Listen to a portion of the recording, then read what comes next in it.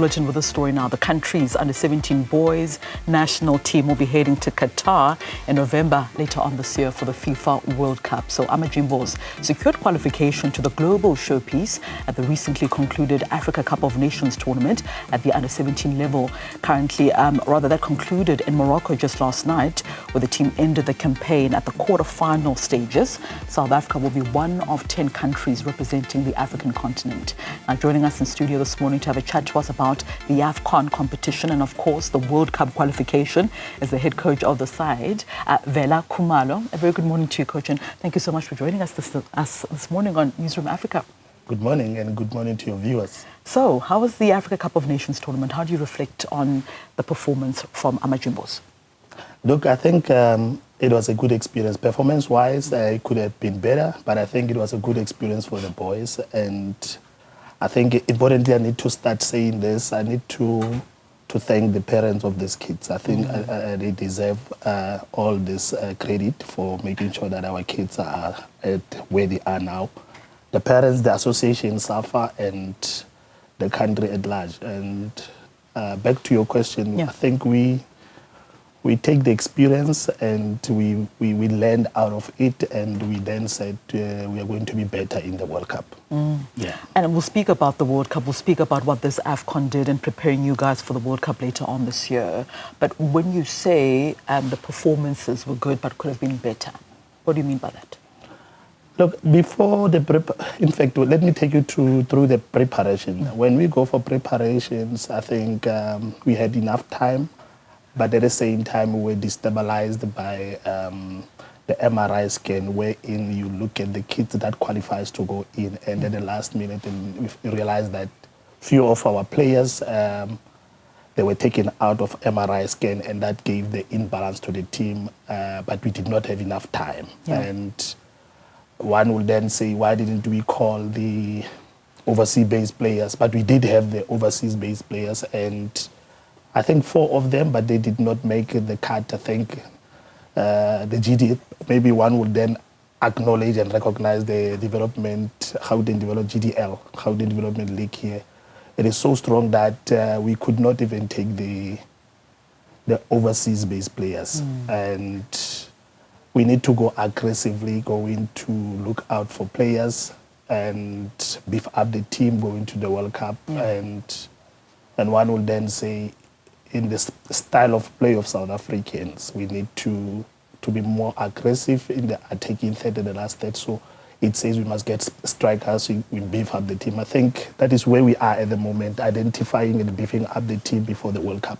Yeah, that's going to be very crucial because you want to garner a lot of experience at the World Cup because you'll be meeting some of the best teams in the world on the under-17 level. When you say it's going to be very important now to aggressively look at overseas South African-based players at the under-17 level, what is there though overseas? Do we have the enough players who can come into the squad and gel with the current players that are currently playing in South Africa? What's the talent like looking outside of the borders of South Africa? Look, we don't have much information about them. It's all about maybe having a camp with the few that are that side that can be identified, that needs to come in for assessment. But we don't really have enough information.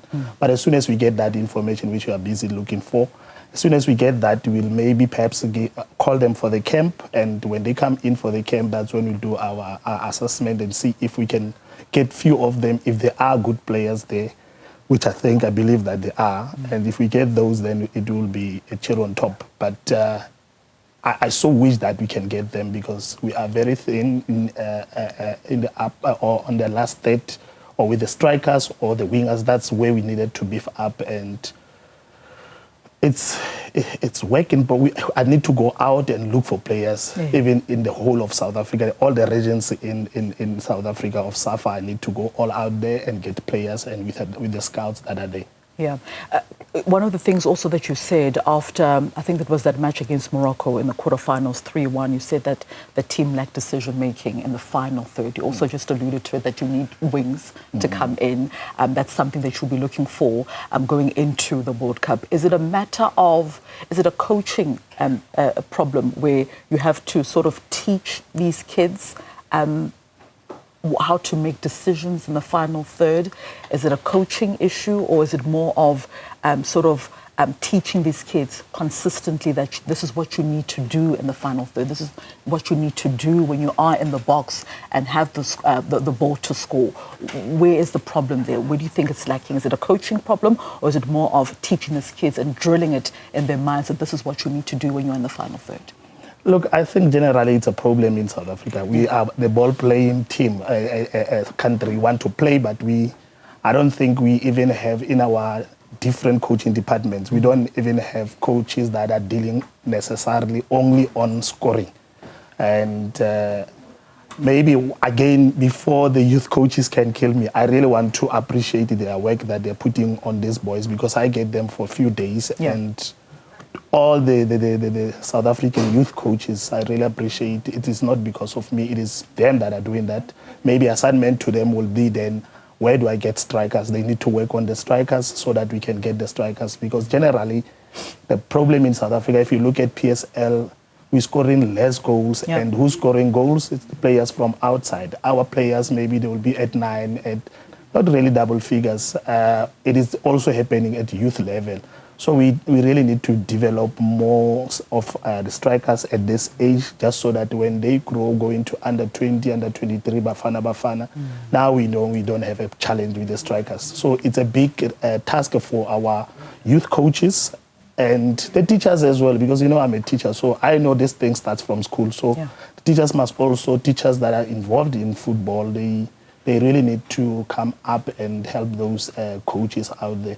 But generally, the problem is scoring in South Africa. Absolutely, and we've heard conversations about the development, of course, of young players from, you know, the grassroots up to the higher level. Let's speak about the World Cup. It's a big year, of course. It's a good time to be Coach Vela Khumalo, as well as, you know, the players in your team.